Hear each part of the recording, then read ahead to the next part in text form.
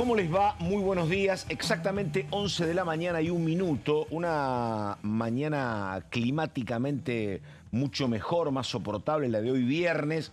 Estamos con un par de temas importantes. Básicamente todo lo que pasó esta semana en el Congreso con la sesión del miércoles, sesión interrumpida alrededor de las 4 o 5 de la tarde, que estuvimos tratando ayer y vamos a tratar hoy. Y básicamente todo lo que pasó ayer en el Senado está muy bien cubierto por Daniela Romero, que estuvo trabajando y cubriendo eso. Romero, ¿cómo le va? ¿Qué dice? Buenos días. Buenos días, Pato, ¿cómo estás? Muy bien, muy bien. La verdad es que fue una semana muy intensa. Sí. Pasó de ser muy intensa en la Cámara de Diputados a ser muy intensa en el Senado y avecina enfocarse ahí la semana que viene, porque se está preparando una avanzada opositora para el próximo jueves. Claro. 10 o 11 me parece, ¿no? Dale. ¿Qué cosa? Jueves 11 me parece. El jueves, ahora Sí, lo chequeo. es martes 9. Sí. Miércoles 10, jueves 11. Porque bueno, claramente ahora el foco pasa en el Senado de un Sí. montón de cosas que se vienen arrastrando. Estamos hablando de el proyecto para declarar la emergencia en discapacidad, el aumento de las jubilaciones. También se agrega el componente de que se presentó en el Senado el famoso proyecto para redistribuir los ATN, los aportes del Tesoro Nacional y el impuesto a los combustibles. Sí. Entonces, bueno, ahora también hay una avanzada opositora que se puede llegar a avecinar y se puede juntar con, si la Cámara de Diputados avanza con los temas de los emplazamientos del otro día. En el marco, además, Romero, que me parece otro dato sustancial que ya se vio en alguna de las votaciones en diputados, que es la relación complicada del gobierno con las provincias, básicamente por dos temas. Por la plata, lo que te dicen las provincias es que el gobierno no cumple con lo acordado, lo que pasó en el CFI con el reclamo conjunto de 23 gobernadores y un jefe de gobierno. Y por otro lado, otro dato que está ligado a esto, que es la resolución de los temas electorales en cada una de las provincias, ¿no? Donde a veces los intereses de La Libertad Avanza terminan colisionando con los intereses de gobernadores provinciales, entonces lo que era apoyo hoy se trastoca en una relación más distante. Así que bueno. Perfecto, Romero. Y después, bueno, hablamos de la semana que viene, que es una semana más corta por el 9 de julio, pero con el dato de lo que vos estás indicando de la sesión para el jueves. Así que bueno, ella es Daniela Romero. ¿Estuviste tomando subte, fuiste a Balcarce 50 algún día? Vos. Muy bien, Romero, haciendo todos los deberes. 11 de la mañana y 5 minutos, títulos y ya venimos.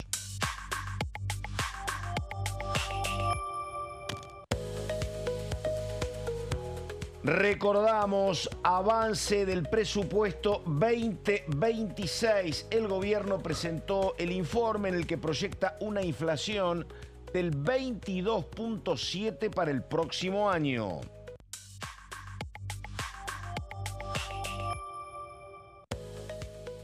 Ahí estamos, emplazamiento de emergencia sanitaria en salud pediátrica. Las comisiones de Acción Social y Salud Pública, Familia, Niñez y Juventudes y Presupuesto y Hacienda se reúnen el martes, recordamos, al mediodía, después del emplazamiento de la sesión del miércoles. En este caso, emplazamiento 2 para el financiamiento universitario. Las comisiones de Educación y Presupuesto y Hacienda se reúnen el martes 8 a las 16.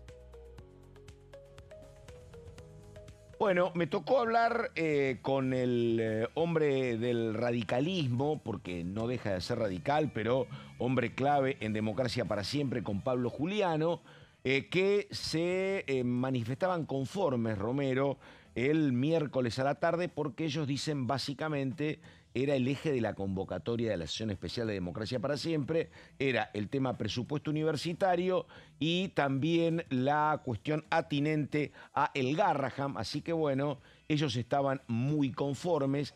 Este emplazamiento, me parece, Dani, a ver, para que no haya demasiadas expectativas, Acá se van a tratar los proyectos, habrá que ver si hay dictamen de comisión y cuando haya dictamen de comisión habrá que tratarlos en el recinto.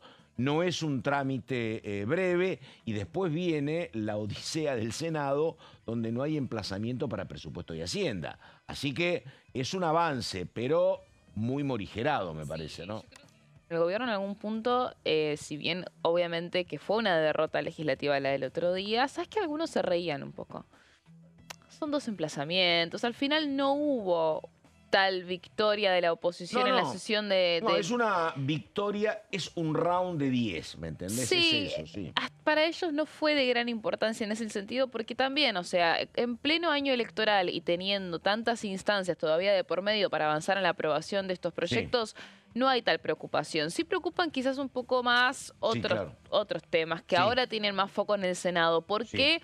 Porque tienen 2/3 en el Senado. La oposición, acá estamos hablando de, por ejemplo, el proyecto que busca reformar la masa de coparticipación, que es un proyecto que tiene la unanimidad de todos los gobernadores y el jefe de gobierno de la Ciudad de Buenos Aires, no solamente porque firmaron todos ellos el proyecto, el planteo, sino que también porque se traslada también a otros sectores de políticos que en el Senado quizás no responden a gobernadores, pero están a favor. Romero, voy a ir enseguida a tus placas. Sí. Pero, a ver, estaba pensando ayer una consulta y vos sos la persona indicada para ver si la podemos resolver. A ver. El vínculo del gobierno con las provincias. Cuando yo digo vínculo del gobierno con las provincias, hablo de cómo te relacionás con Salta, cómo te relacionás con Neuquén, con Santiago del Estero, con Misiones, donde si vos fueses un gobierno donde la plata te sobra, podés establecer una relación cómoda, ¿no? Yo te doy la plata. Ahora, cuando vos, en función del equilibrio fiscal, no le podés dar demasiado, digo, tenés el otro aspecto, que es el tema de que tampoco el gobierno, salvo el caso de Chaco, tampoco está acordando alianzas electorales. Mi pregunta es, si no le das plata, ¿no tendrías que solucionarlo por el tema del afecto? Porque claro, acá para los dirigentes provinciales, hablo de Tucumán y todos los otros, no hay ni plata ni tampoco hay sociedades como pasó en Corrientes. Sí. ¿Se entiende lo que Yo creo que ahí también depende, bueno, la estrategia electoral tiene su análisis más fino, más que nada de parte del ala oficial, digamos, de Karina Milei. Porque, bueno, tienen este concepto de ir territorio por territorio, sabemos cómo se manejan y a partir de ahí lo evalúan. Sí que es distinta la ala, digamos, más cercana al asesor presidencial, si no que plantea... No te doy plata, no somos socios, y bueno, hay como una reacción de gobernadores que plantea, y diputados. que plantea una visión más nacional, ¿no? Ahora bien, el caso de Tucumán, por ejemplo, Tucumán, a ver, el oficialismo de Tucumán, el peronismo, le es completamente funcional para el gobierno que vaya separado. O sea, realmente es, por eso te digo, es una cuestión del territorio y puntualmente cada uno. Ahora, el caso de lo que fue Corrientes, ahí me paro un segundo lo que mencionabas, porque tenemos la reacción, por ejemplo, del correntino Camau Espínola, que fue un aliado, yo te diría, más violeta que los violetas en el Senado. Se terminó acercando a Valdés ahora, ¿no? Bueno, él iba a cerrar con la Libertad Avanza, eso se pretendía, finalmente no. Esto se confirmó esta misma semana. Bueno, él es uno de los que El lunes a la madrugada se conoció el tuit donde el sector libertario de Corrientes decía no hay acuerdo con Valdés, efectivamente. Y bueno, lo que trasciende también es el proyecto de los gobernadores está firmado por Camau. O sea, hay una cuestión de ahí, un distanciamiento, no sé si es un distanciamiento, porque tampoco es una cuestión de... Sí, pero yo no, ¿me entendés? Yo digo, si no hay plata, dale afecto. Es muy difícil, sin acuerdos electorales, mantener esa lealtad que es 100% funcional. A ver, porque puedes tener ciertos reparos, puedes tener...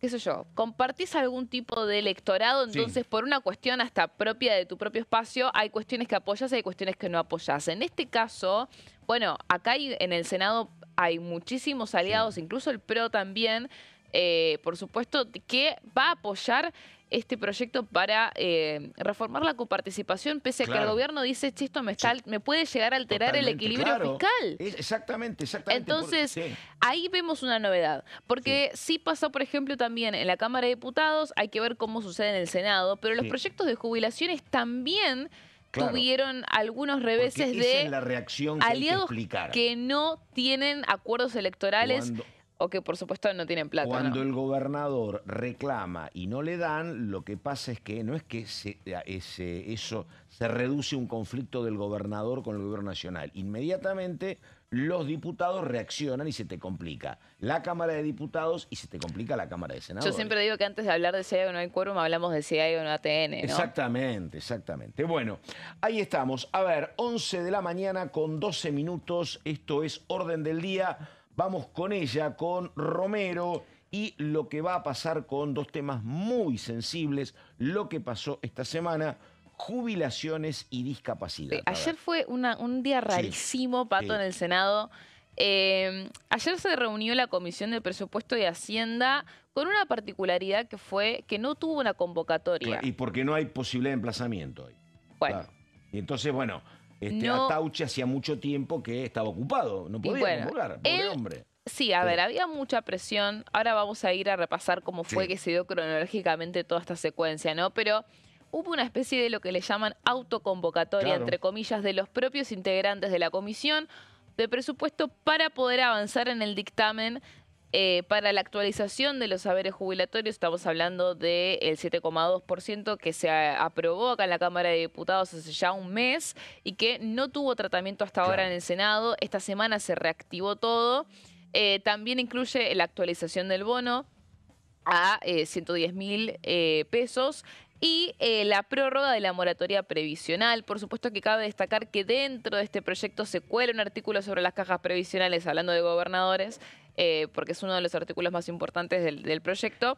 Y después también, por supuesto, la emergencia en discapacidad, que también se aprobó con jubilaciones en su momento. Y bueno, es un paquete de medidas que al gobierno le resulta muy incómodo porque alteran el equilibrio fiscal, como siempre denuncian. De hecho, para este caso puntual, cuando se trató en diputados, empezaron a difundir el número, el porcentaje exacto que el secretario de Hacienda, Carlos Huberman, le había traído a Martín Menem para difundir cuál era realmente el gasto fiscal de estos proyectos. Entonces, estamos hablando de un paquete de dinamita, Pato, que esta semana avanzó en el Senado y que tiene todas para ser aprobado, no solamente aprobado, sino que pueda ser aprobado por 2/3, lo cual también le enviaría un mensaje al presidente Javier Milei, que anunció ya, anticipó que estos proyectos los iba a vetar, y por supuesto ahí se abre la incógnita que tenemos siempre, es ¿tiene o no tiene el tercio para blindar esos vetos? Donde incluso no es lo mismo vetar la prórroga de la moratoria, el aumento de los jubilados, que votar la emergencia en discapacidad.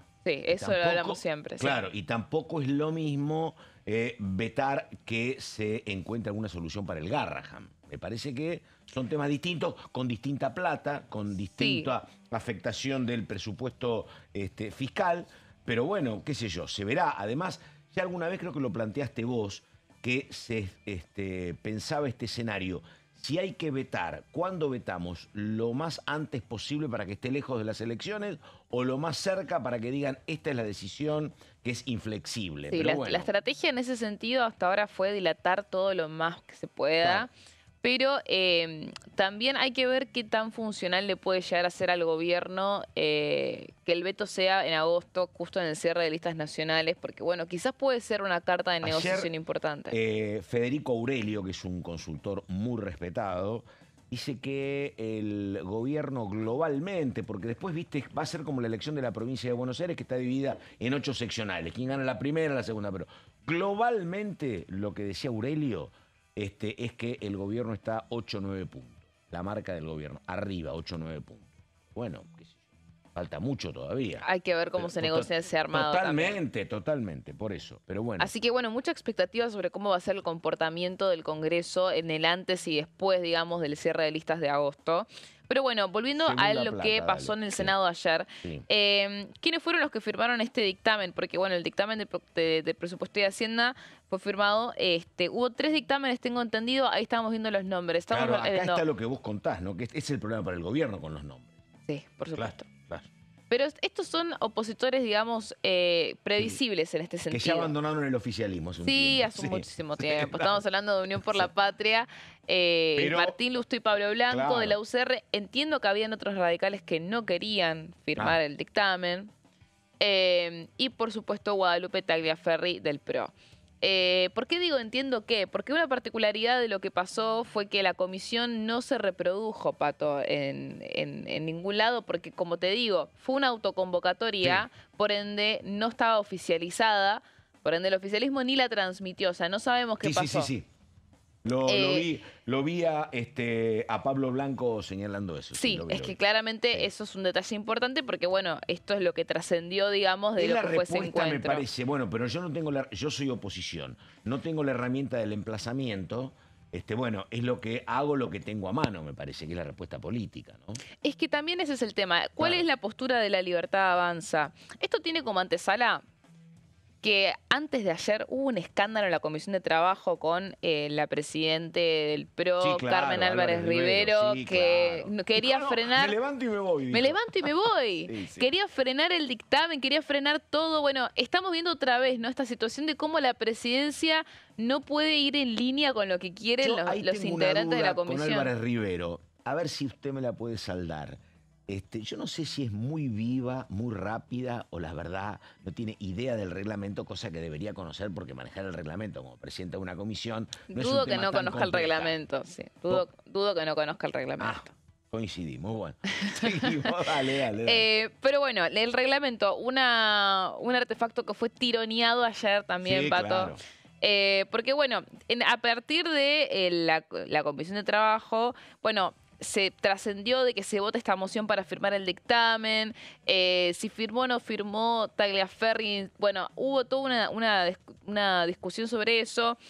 También está como antesala que la Comisión de Población y Desarrollo Humano el mismo jueves, más temprano, se reunió para dictaminar discapacidad. Sí. Entonces hubo como comisiones dispersas, ¿no?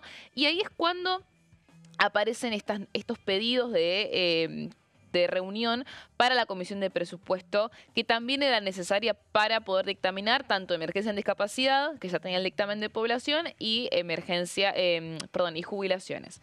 Estamos hablando de que hubo primero un pedido de plenaria de reunión de Lustó, Blanco y Tagliaferri, ¿no? Claro. Los mismos que firmaron. Y Alejandra Vigo también, la cordobesa. Claro. Esto fue hace, creo que una semana, si no me equivoco, fue hace bastante tiempo atrás. Y después hubo un pedido de emplazamiento de Unión por la Patria que trascendió el miércoles a la noche. Te reitero, una presión para poder avanzar sobre esto lo más rápido posible en lo que fueron estos últimos 2 días. Justamente para reunir a presupuesto. Y acá es cuando empieza a tironearse el reglamento, porque este pedido de emplazamiento de Unión por la Patria se basa en el artículo 103 del reglamento. Vamos a ver un poco lo que dice ese famoso artículo que tanto ayer tironearon y se tiraron por la cabeza. Dice que las comisiones deben reunirse como mínimo una vez cada 15 días, sin perjuicio de las convocatorias a reuniones extraordinarias, algo que no sucede, claro. no es algo que sucede periódicamente. A pedido de un número de mínimo de 3 senadores integrantes de cualquier comisión, se incorporarán al temario los asuntos tratados que soliciten. Acá es donde se empieza a tironear, porque básicamente el artículo dice que con 3 senadores que hagan el pedido de una reunión ya se tiene que convocar y el presidente está obligado a convocarla. Lo que te dicen desde el oficialismo es, si el presidente no la convoca, por más que digan que el pedido es de 3, no es oficial la reunión de comisión, a menos que hagas un emplazamiento, pero que no sucedió.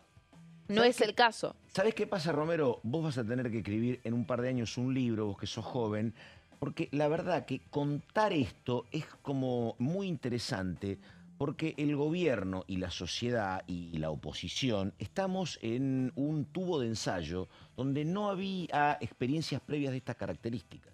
¿Cuál es la experiencia que carece de antecedentes?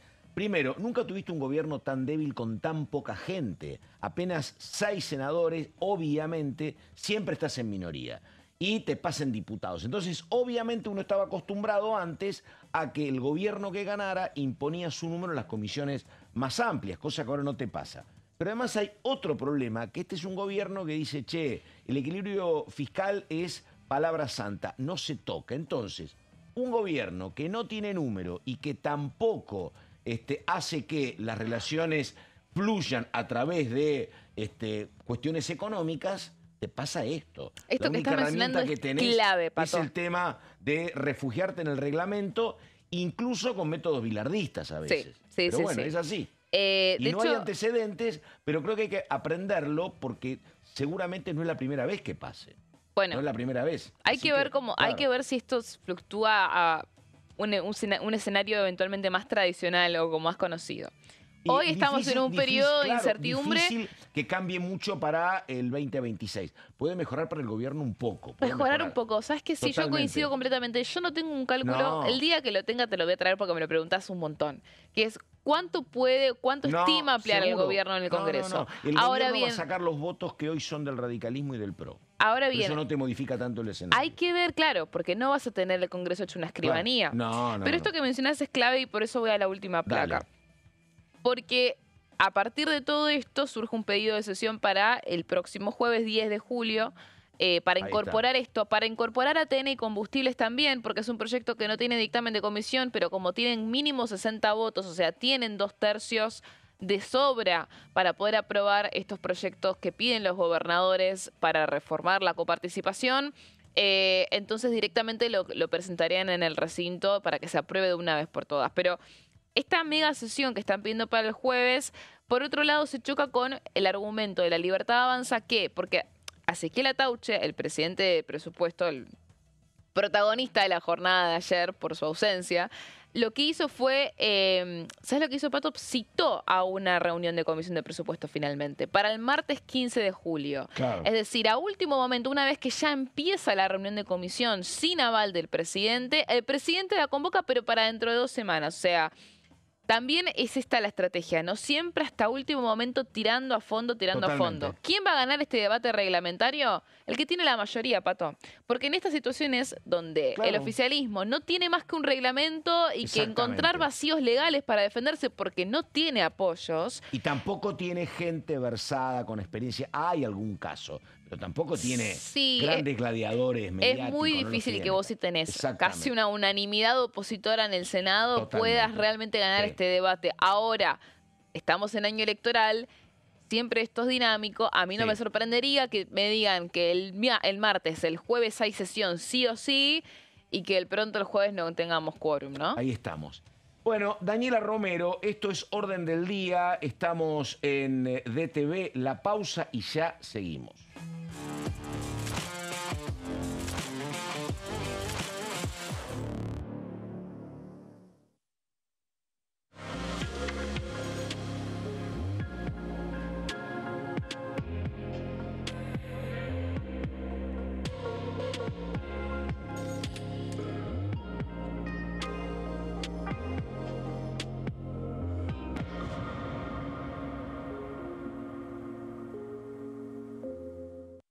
Elecciones legislativas 2025. Lo que necesitas saber. El 26 de octubre, cada provincia elegirá a sus representantes en la Cámara de Diputados de la Nación. ¿Sabés qué bloques renuevan bancas? Este año se renuevan 127 bancas, la mitad de los diputados. Unión por la Patria renueva 46 bancas. El bloque de La Libertad Avanza renueva 8 bancas. El bloque del PRO renueva 21 bancas. La Unión Cívica Radical renueva 11 bancas. Encuentro Federal renueva 7 bancas. Democracia para Siempre renueva 9 bancas. El bloque del Frente de Izquierda renueva 4 bancas. Coalición Cívica renueva 4 bancas. Otros bloques renuevan 17 bancas. Elegí a tus representantes. Tu voto, tu voz, tu futuro. Para más información, ingresá en www.argentina.gov.ar/elecciones-medio 2025.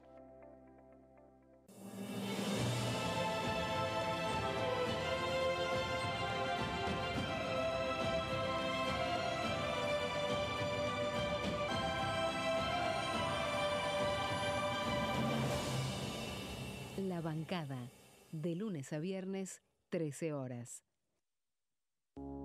Las sesiones son el espacio donde los diputados debaten proyectos de ley para su aprobación, modificación o desaprobación. En una misma sesión se pueden tratar varios proyectos de ley. Desde el 1 de marzo, cuando el presidente las inaugura, se desarrolla el periodo de sesiones ordinarias. Entre el 1 de diciembre y el 28 de febrero se extiende el periodo de sesiones extraordinarias que solo pueden ser realizadas a pedido del presidente de la Nación. En el recinto, el bloque oficialista se dispone a la derecha del presidente de la Cámara, el bloque opositor mayoritario a la izquierda y en el centro los bloques con menos cantidad de integrantes. En el tratamiento, en general, los diputados tienen 7 minutos y los jefes de bloque entre 20 y 12 minutos conforme al número de legisladores que representen. La sesión es dirigida por el presidente de la Cámara de Diputados, que administra el uso de la palabra y las distintas instancias del funcionamiento. A la izquierda del presidente está el secretario administrativo, a la derecha el secretario parlamentario y debajo de él están los taquígrafos, que registran cada uno de los testimonios. Dengue, Zika y chikungunya. Presta atención a estos síntomas. Si tenés fiebre alta, 38 o más, de 2 a 7 días de duración y dolor de cabeza, en especial detrás de los ojos, muscular y de las articulaciones, diarrea, dolor abdominal, náuseas y o vómitos, malestar general, cansancio, decaimiento, erupción en la piel, sangrado en nariz, encías u otras partes del cuerpo, no te automediques, toma mucho líquido, usa repelente y acércate a un centro de salud.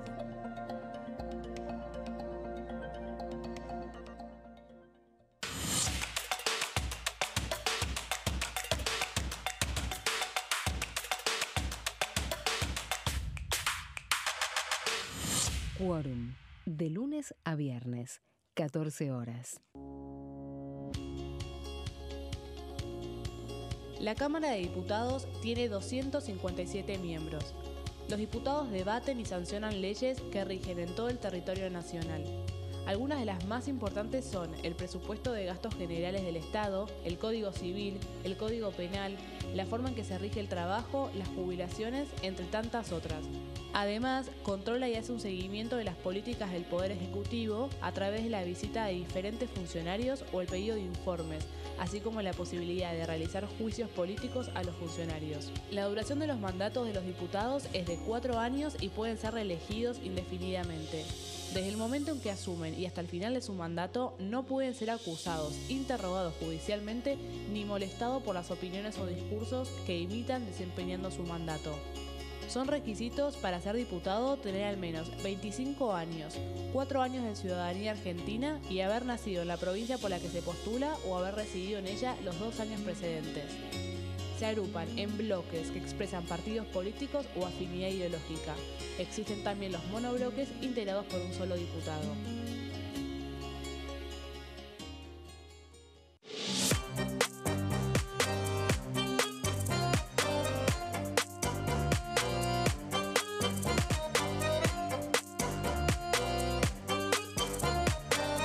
Plenario, de lunes a viernes, 15 horas.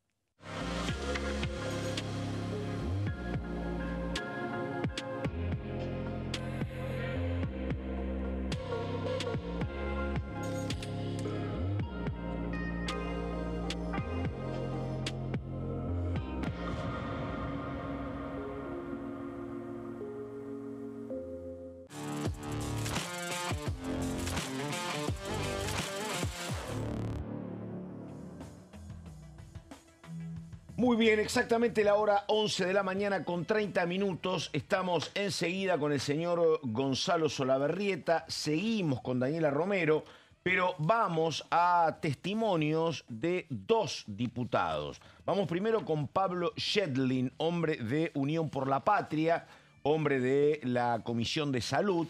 Pablo Schedlin estuvo hablando con nosotros y decía lo siguiente. A ver, cuando me digan que estamos ok, le damos el visto bueno a Schedlin. Ahí está el diputado. La emergencia en pediatría surge de nuestra visita como bloque al Hospital Garrahan cuando nos fuimos a interiorizar de la crisis en los inicios de este problema, que obviamente el Hospital Garrahan ha tenido múltiples crisis a lo largo de su historia, como casi todas las instituciones en la Argentina, pero esta crisis es muy grave. Nunca ha sido de este tamaño la crisis. O sea, 200 profesionales haber dejado el hospital es claramente una muestra de vaciamiento de un hospital que no se va a sostener si no cambian algunas de las condiciones laborales y sobre todo salariales, y además tampoco tiene mucho sentido un hospital si los presupuestos no se actualizan en tiempo y forma.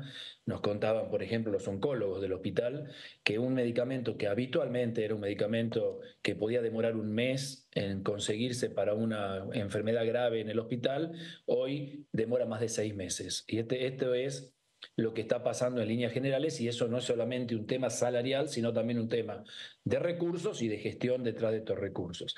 Cuando el Garrahan se pone en riesgo, y esto es lo que tenemos que entender, y por eso la ley es de emergencia pediátrica, toda la pediatría del sector público y también parte importante de la pediatría del sector privado de la Argentina corre riesgo, porque muchos pacientes del sector público y del sector privado, en los momentos de máxima complejidad, tienen que viajar al Garrahan. Para que tengan una idea, la mitad de todos los trasplantes en pediatría se hacen en este hospital.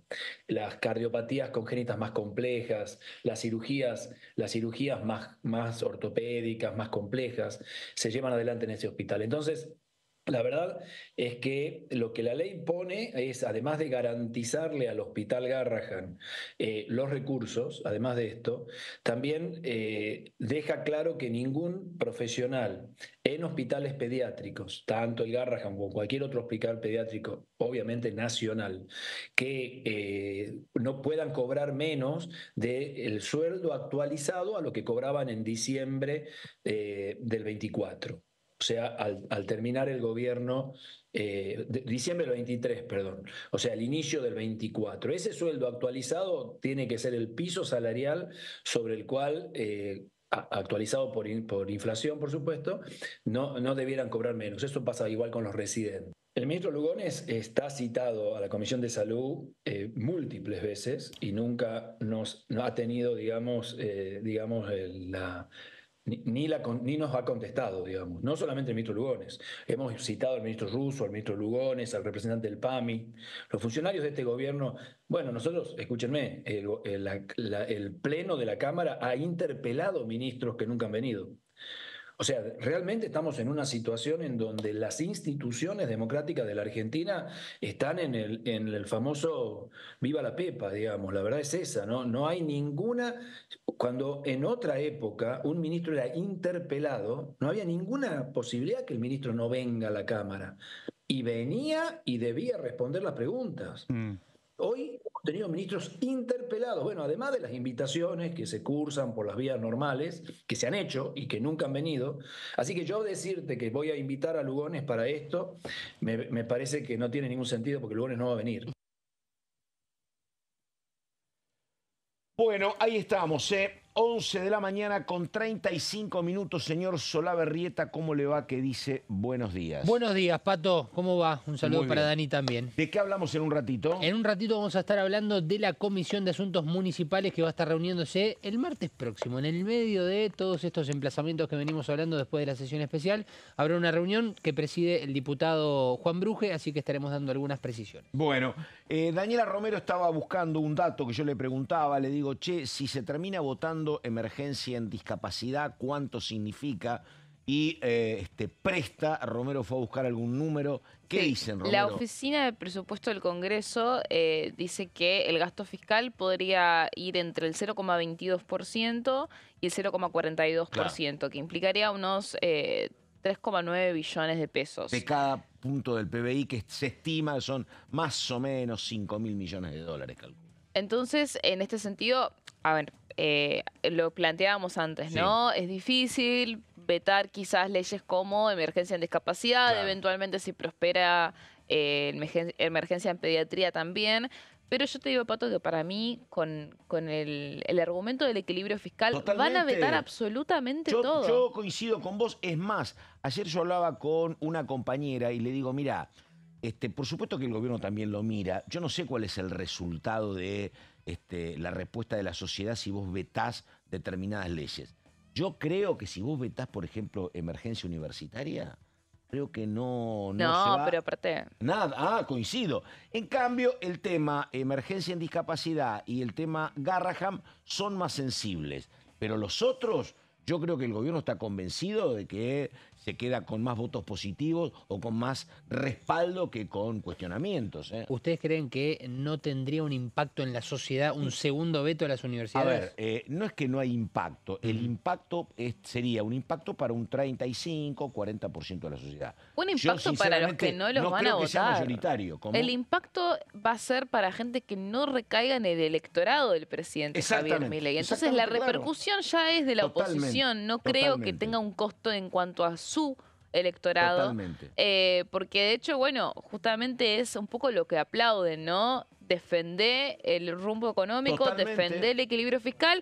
Y aparte, digamos todo, son banderas que hoy en día Sí. terminan siendo manchadas por la política. Entonces, y esa siempre es la narrativa, ¿no? Fíjate que en la marcha van los Cuca, fíjate que en la marcha va la CGT. O sea, también hay una de teñir un poco Y el reclamo social como un Totalmente, reclamo totalmente. partidario, y en pleno año electoral yo creo que eso le podría llegar a hacer funcionar Y al gobierno. además, ninguna elección ni ningún hecho político se salda 8-2, 7-3 o 9-1. ¿A qué me refiero? Con que vos vetes las universidades y a vos te respalde el 35 o 40%, ya es mucho. De la sociedad estás hablando. Claro, Ah. porque es el núcleo duro del cual habla Daniela, y el resto, por supuesto, va a tener un núcleo duro en contra, que a lo mejor será 25 o 30%, pero al resto ni le importa. Entonces, me parece a mí que todo lo tenemos que mirar de una manera más fragmentada. No hay, me respalda la mitad o me condena el 60%. 30%, 40%. ¿Y tenés de dónde un núcleo viene duro ese que te porcentaje? critica. Claro. ¿De dónde viene ese porcentaje? Es lo importante, porque Claro. también ahí es Yo donde creo, cada uno... Perdóname, que el Garrahan y emergencia pediátrica son más sensibles, pero el tema universitario, hasta el tema jubilatorio, que yo creo que la gente dice, no, prefiero el equilibrio fiscal antes que la mejora. Me puedo equivocar, pero bueno. Está bien, hay dos cuestiones acá también para analizar. Primero, ¿cuál es el electorado? Porque vos tenés un electorado que seguramente tiene un corazón, un núcleo que es férreo a el seguimiento a Javier Milei desde antes de la campaña electoral. No me animo a decir un porcentaje de ese... Es el 30%, si querés. vamos El 30%, mira, sacaron 30% en la primera vuelta, sacaron 30% con Adorni en la capital federal y sacaron 30% en Rosario. A eso no lo bajás. Bárbaro. El tema es aquellas personas que votaron a la Libertad Avanza por ya cansarse del PRO, por ya cansarse de Unión por la Patria o de los propios candidatos. Las vuelven a votar. Bueno, me parece, ¿eh? Bueno, me parece. está bien, son ópticas.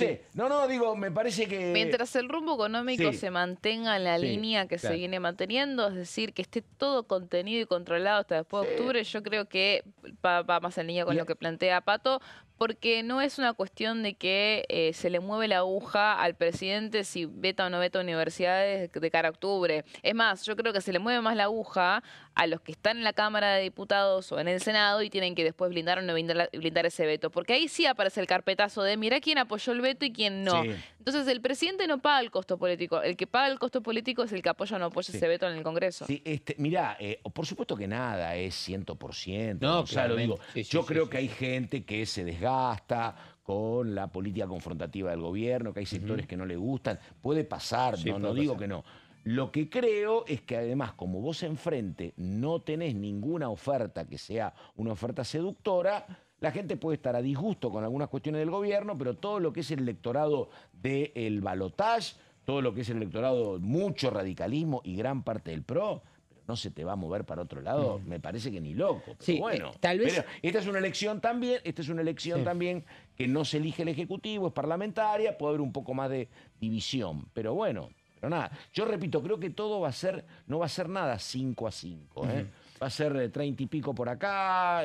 Más dividido. Sí, claro. Sí. Parece, Ahora, bueno. el tema es que en estos temas de impacto lo que estamos viendo es una fuerte movida, movilizaciones, paros, muchos empleados que directamente deciden seguir su carrera por fuera del Hospital Garrahan, historias muy sensibles que se pueden escuchar en los medios de comunicación, y ahí es donde tal vez está el alto impacto. El hecho de que el Garrahan reciba a un gran porcentaje de las intervenciones que tengan que hacerle a niños de los primeros 3 meses de vida es fuerte. A diferencia de las universidades, el impacto se ve cuando se hace una marcha federal universitaria donde participan familias que están totalmente alejadas de la política y que no les interesa, o tal vez que se vean imágenes, difusión de cuando los alumnos, no sé, están y no se prenden las luces, cuando faltan recursos. Ahí me parece que está el impacto, Pato. Ahí me parece que está el impacto. Bueno, ahí estamos. Hay algún par de datos más de Romero que tienen que ver con lo que va a pasar la semana que viene. Y ahora, Solabarrieta, y vamos con el tema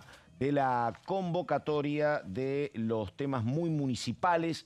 ¿A partir de qué tema, Solabarrieta? Diga. Bueno, en principio esto fue básicamente un arreglo, un acuerdo que hizo el diputado Juan Bruje allá por el 1 de mayo, entre el primero y el segundo día del mes de mayo, en Tucumán, donde estuvo reunido justamente con este consejo que se denomina el COFEIN, que es básicamente el Consejo Federal de las Intendencias en la República Argentina, que van a estar siendo recibidos aquí en la Cámara de Diputados. Bueno, ya estamos básicamente comenzando el mes de julio, ha pasado todo el mes de mayo, ha pasado todo el mes de junio y ahora sí en julio finalmente se va a hacer la recepción por parte de Juan Bruje, de intendentes que todavía no están confirmados todos en cuanto al listado de quienes van a participar, pero a mí me dicen que aproximadamente van a ser 15 los participantes de esta reunión. Algunos, para mencionar, intendentes de Córdoba, Rosario, Catamarca, Mendoza, de Puerto Madryn, pueden llegar a estar presentes en la Cámara de Diputados el próximo martes 8 de julio, dato no menor, a las 13, porque recordemos, al mediodía se estará haciendo el primer plenario de comisiones después de lo que han sido estos emplazamientos. El primero es sobre la emergencia en el área de pediatría y el artículo que también marca puntualmente el funcionamiento del Garrahan, y después a las 16 el conjunto de comisiones que van a estar reuniéndose después del emplazamiento por la cuestión que hablábamos de las universidades. Pregunté, consulté si corre algún riesgo, porque esto puede pasar también, ¿no? 2 temas importantes en el mismo día. Bueno, pero la realidad es que me dijeron, ojo, porque los intendentes que vienen aquí en la Cámara vienen también con la línea de los gobernadores. Sí. Entonces es un tema bastante fuerte. En esto del diálogo que han tenido en mayo en Tucumán, Bruje con los intendentes con los que estuvo hablando de este Consejo Federal, delinearon algunos temas que preocupaban justamente a los intendentes. El principal es cómo pueden hacer los municipios para sostenerse con una cierta autonomía. Un tema que ya viene de larguísima data. Vamos a ver la siguiente placa y empezamos a destacar los temas que ya están pactados para tratar. En principio, el primer tema, las posibles modificaciones en la distribución del impuesto a los combustibles líquidos. Un tema que ya viene haciendo ruido no solamente para los intendentes, sino a la línea más de arriba, que son los gobernadores, y que esto también un poco tuvo un impacto aquí en el Congreso de la Nación. Bueno, de hecho, el jueves, Gonza, te aporto este dato, un poco lo hablamos en el primer bloque, el jueves en esta sesión que están planeando en el Senado, para temas jubilaciones, emergencia en discapacidad y demás, se plantea también la posibilidad de incluir este proyecto, que son 2 proyectos en realidad, por el impuesto a los combustibles y los aportes del Tesoro Nacional, porque tendría los 2/3, o sea, no requeriría de hacer todo el tratamiento en comisiones, tienen votos de sobra, porque lo apoyan literalmente todos los gobernadores, y esto, ¿cuántas veces en la historia lo podemos decir? Los Casi 24 nunca. distritos Unidos. están, los 24 y que distritos son unidos. multicolores, porque tenés partidos provinciales, peronistas, pro radicales, tenés una diversidad también es poco usual, la diversidad. Bueno, ese es el dato. Lo que obviamente aquejan es que el Estado Nacional se lleva el 90% básicamente de este impuesto y los municipios es lo que reclaman. Después, el que realiza las obras de cloacas, de agua potable y todas las obras importantes para la sociedad a la cual obviamente están gobernando, que son básicamente los municipios, bueno, obviamente que necesitan de un apoyo que no es solamente el provincial, sino una cierta autonomía. Este es uno de los puntos, que no es menor, y además es importante remarcar que el diputado Juan Bruje estuvo en la Comisión de Asuntos Municipales del Senado en la provincia de Buenos Aires y estuvo un poco escuchando las diferentes experiencias que marcaban algunos intendentes. Y cada municipio obviamente tiene su situación, son diferentes las situaciones, por eso será más que interesante escuchar lo que vengan a hablar aquí en la Cámara de Diputados. El segundo punto que van a estar también hablando es la situación de las áreas metropolitanas y la articulación con el Estado Nacional. Este es otro de los puntos importantes. Aquí hay un tema interesante y una preocupación. Hay una cierta presión, vamos a ir a la siguiente placa, para hablar de las tasas municipales. Ahí vemos el régimen tributario de los municipios y las dificultades actuales. Hay un tema con el Banco Nación que está exigiendo a los municipios, esto es lo que están aquejando, ¿no? Lógicamente los intendentes, de bajar las tasas municipales. Imagínense, están peleando por la autonomía económica y el Banco Nacional le está exigiendo o tratando de exigir que bajen las tasas municipales. No le dan lo que les corresponde en materia de coparticipación y cuando quieren protegerse con tasas le dicen que no, obviamente. ¿Y cuál es la cuestión? Bueno, si el Banco Nación, que estaba el dato, aproximadamente son 520, 530 entidades o sedes que tiene en todo el país el Banco Nación. Bueno, la cuestión, si no bajan estas tasas municipales, corre riesgo de que algunas sedes desaparezcan de algunos municipios. Ya lo hicieron en varios lados. Claro, ¿y qué pasa? Los residentes de los municipios tienen que viajar en muchos casos, pensemos en las localidades pequeñas, tienen que viajar muchos kilómetros para ir a alguna sede cercana al Banco Nación. Bueno, este es otro de los puntos de los cuales también se va a estar hablando. Después el impacto de las medidas del gobierno sobre las finanzas locales, algo que es más medido a la macro. Propuesta de modificar el IVA para las contrataciones de los municipios. Acá me explicaban que algo interesante es que, bueno, los municipios que pagan el 21% del IVA están tratando de solicitar que se le reduzca este impuesto, que a diferencia de las empresas después facturando pueden volver a utilizar ese monto del 21% que tienen que pagar por el IVA. Y después, lógicamente, temas más transversales, que son los genéricos del que hablábamos. El más importante, la autonomía municipal. Algo, Pato, que ya lo hemos venido trabajando en Móviles, hemos trabajado en comisiones en los años anteriores. Ya se viene hablando de las autonomías municipales, un tema que todavía no pueden solucionar.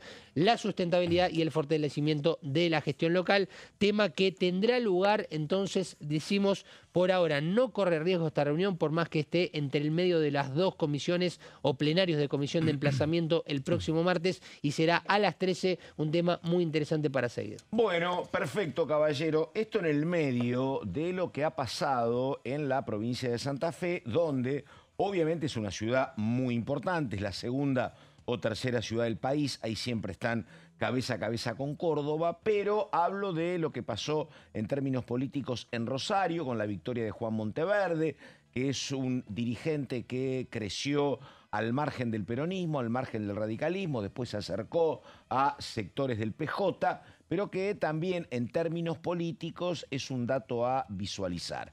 Recordamos que en su momento también el PRO era prácticamente un partido citadino, era un partido de la capital federal, así que hay que estar atentos a estos fenómenos. Y me parece que estos fenómenos políticos también van a reclamar independencia económica, van a reclamar la decisión de estar contando con recursos propios. Bueno, Rosario, Pato, básicamente va a ser una de los municipios que va a estar presente. Esto, a ver, no está confirmado el listado, sabemos que esto conlleva mucho protocolo. Que es una necesidad la que tienen los intendentes, porque ellos ¿qué ven? Ellos ven que los gobernadores que están muy apretados tampoco les solucionan los problemas. Claro. Si el gobernador no consigue nada, me junto yo y pataleo. Me parece que es una instancia positiva, la verdad. Siempre intentaron crecer los municipios, pero la verdad que eran intentos que no terminaban bien, Así que bueno, ojalá que haya algo. Creo además, la verdad, que me parece que debería ser, tal vez lo resulta siendo, parte de la agenda lo que pasa en todas las ciudades medianas, que son las que tienen entre 400 y 500 mil habitantes, que hay un tema muy sensible que es el transporte. El transporte es carísimo en cualquier ciudad de provincia y más en ciudades que son el interior del interior. En las capitales el boleto puede estar 700, 800, 1.000 pesos. Hace 2 semanas estuve en Mar del Plata. Bueno, ¿cuánto está? pagué? No sé. 1.300. ¿Viste? En las ciudades de la provincia de Buenos Aires es altísimo. En muchas está a 1.500. Obviamente está casi triplicando el valor de un pasaje en la capital. Así que es un tema muy, muy importante. Bueno, Romero Daniela, que vino con un montón de material, con mucho trabajo. Síntesis de lo que viene la semana que viene y te pregunto, ¿para cuándo tendría que convocar la vicepresidenta Villarruel a sesión en el Senado? Eso es ¿Hay una fecha? excelente pregunta, porque viste cómo es esto. Sí. Lo que pasa en el Senado, a diferencia de la Cámara de Diputados, acá hay un pedido de sesión, se convoca automáticamente. Sí. Allá la carta que tiene la vicepresidenta Victoria Villarruel, gran amiga del oficialismo, ¿no? Claro. Pero que... Hoy vine irónica el viernes. Hoy vine irónica. No, que tiene ciertos reparos, ciertos no, reparos importantísimos, una relación completamente rota, digámoslo, o sea, con el presidente Javier Milei, pero que de alguna forma intenta, aunque sea sin comunicación con Casa Rosada, porque no es que Ahora, por ella eso habla digo, y le dicen, che, hace esto. Mirado desde afuera, encima que son pocos en los sector libertario para la gente. Encima no Están hablan. peleados. Encima no hablan. Claro, es una No, cosa- porque aparte, yo Claro. recuerdo en otras Exactamente. oportunidades de ella, bueno, aplazando la decisión. Tampoco puedes cerrarte del Senado, No, ¿me entendés? claro. Ha sucedido y hemos sido Y testigos además, de... si cierra le pegan y si lo abre le pegan, es complicado. Y también, bueno, hay que claro. también ver el momento, ¿no? También es una mujer tiempista Villarruel en ese sentido. Pero no hemos visto, por ejemplo, no sé, Unión por la Patria Mayans, me acuerdo que una vez quisieron abrir el recinto sin convocatoria, escándalo, hicieron conferencia de prensa, bueno. Tiene Villarruel esta carta de decidir. Lo que están pidiendo es una sesión, todavía igual esto está tejiéndose, ¿no? Para el próximo jueves 10. Está bien. Que reitero, incorporaría jubilaciones, discapacidad que tuvieron dictámenes que van a ser cuestionados en su validez. Claro. Si esa sesión se hace Porque no estuvo formalmente convocada la sesión. en la comisión de presupuesto. Ayer me crucé con un diputado que trabajó y bastante con el tema de discapacidad. Me lo crucé y venía muy contento y me dijo, ojo la semana próxima con el tema de discapacidad en el Senado.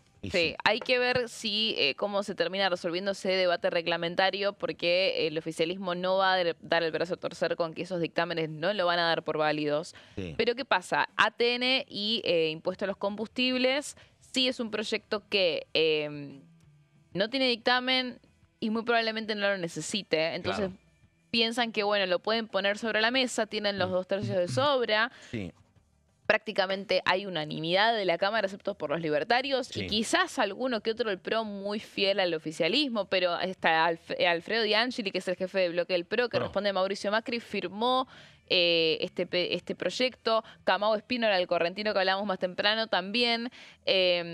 También el radicalismo, por supuesto. Entonces, bueno, se habla de esta sesión que podrían pedir para el jueves que viene. Hay que ver si Villarruel la convoca efectivamente para ese momento. Por ahora siempre la bajada que hubo de Casa Rosada, aunque ellos no se comunican directamente con Villarruel, pero la bajada que hubo en general fue dilaten todo esto, dilaten los goles opositores todo lo posible. Ahí está, llegó Débora de Urieta, así que significa que nos tenemos que ir nosotros. Señor Gonzalo Salaverrieta, muchas gracias. Buen fin de semana. Daniela Romero, muchísimas gracias. A ustedes. Nada más, hasta acá, buenos días y hasta la próxima. Chau, chau.